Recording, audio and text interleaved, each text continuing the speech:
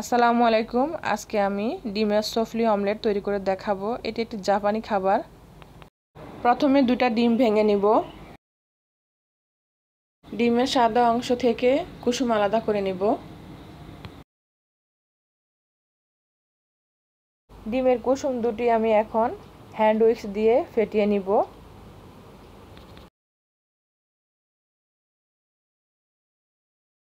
পরিমাণ মতো লবণ দিয়ে মিশিয়ে সাইডে রেখে দিব।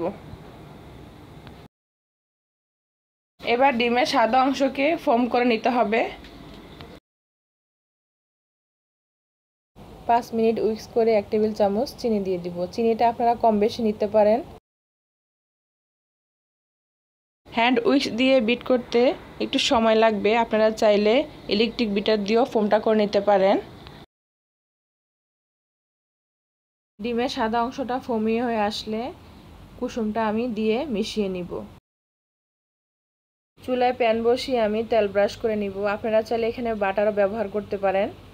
চুলার আঁচ লোতে রেখে সুফলি অমলেটটা ভাজতে হবে। তৈরি করা ডিমের ফোম দিয়ে দিব। ডিমের ফোমটা আমি এভাবে প্যানে ছড়িয়ে দিব। এবার ঢাকনা দিয়ে লো হিটে 3 মিনিট কুক করে নেব। ঢাকনা উঠিয়ে আমি এখন কিছু ধনেপাতা দিয়ে দিব। অমলেটটা উল্টিয়ে আমি এভাবে ভাঁজ করে দিব। ভাঁজটা একটু সাবধানে দিতে হবে যেন ভেঙে না যায়। ভেঙে গেলে দেখতে ভালো লাগবে না। তারপর আমি এভাবে চেপে চেপে দিব।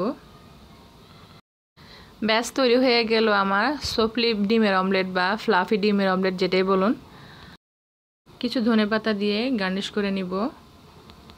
সফলি অমলেটটা দেখেন, দেখতে যেমন ফ্লাফি হয়েছে, খেতেও কিন্তু খুবই মজা। বিকালে সফলি অমলেটটা চায়ের সাথে রাখতে পারেন, ভালো লাগবে। দেখা হবে নতুন কোনো রেসিপিতে।